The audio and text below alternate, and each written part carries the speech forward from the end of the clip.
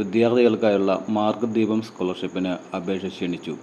സർക്കാർ എയ്ഡഡ് സ്കൂളുകളിൽ 1-ാം ക്ലാസ് മുതൽ 8-ാം ക്ലാസ് വരെയുള്ള ന്യൂനപക്ഷ വിദ്യാർത്ഥികൾക്കായി, അതായത് മുസ്ലിം, ക്രിസ്ത്യൻ എല്ലാ വിഭാഗക്കാർക്കും, സിഖ്, ബുദ്ധ, ജൈന, പാഴ്സി വിഭാഗക്കാർക്കും ജനസംഖ്യ അനുപാതികമായി 2025-26 സാമ്പത്തിക വർഷം മാർഗ്ഗദീപം സ്കോളർഷിപ്പ് അനുവദിക്കുന്നതിലേക്കായി അപേക്ഷ ക്ഷണിക്കുന്നു. കേരളത്തിൽ പഠിക്കുന്ന സ്ഥിര താമസക്കാരായ ന്യൂനപക്ഷ മതവിഭാഗത്തിൽപ്പെട്ട വിദ്യാർത്ഥികൾക്കാണ് സ്കോളർഷിപ്പ് നൽകുന്നത്. 1500 രൂപയാണ് സ്കോളർഷിപ്പ് തുകയായി ഒറ്റത്തവണയായി 1 വർഷം അനുവദിക്കുന്നത്. കുടുംബ വാർഷിക വരുമാനം 2.5 ലക്ഷം രൂപ കവിയാൻ പാടില്ല.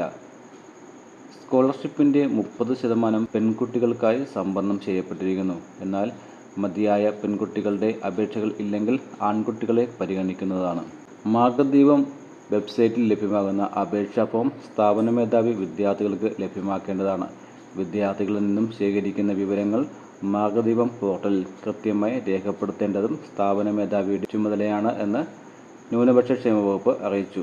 അപേക്ഷയിലേക്കായി വിദ്യാർത്ഥികളിൽ നിന്നും കൈപ്പറ്റുന്ന എല്ലാ രേഖകളും സ്ഥാപനത്തിൽ സൂക്ഷിക്കുകയും ന്യൂനപക്ഷ ക്ഷേമ ഡയറക്ടറേറ്റ് ആവശ്യപ്പെടുമ്പോൾ ലഭ്യമാക്കുകയും ചെയ്യേണ്ടതാണെന്ന് ന്യൂനപക്ഷ ക്ഷേമ വകുപ്പ് അറിയിച്ചു.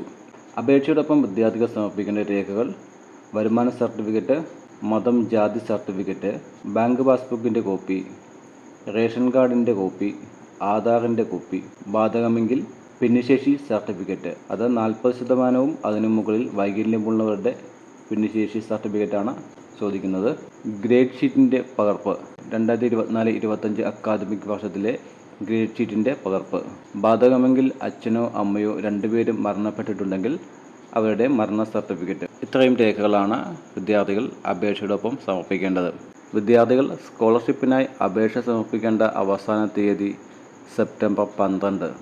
ഇത്തരം ഉപകാരപ്രദമായ അറിവുകളും മറ്റും നിങ്ങൾ മറ്റുള്ളവരിലേക്ക് ഷെയർ ചെയ്യുവാനും ഈ ചാനൽ സബ്സ്ക്രൈബ് ചെയ്യുവാനും ശ്രമിക്കുക.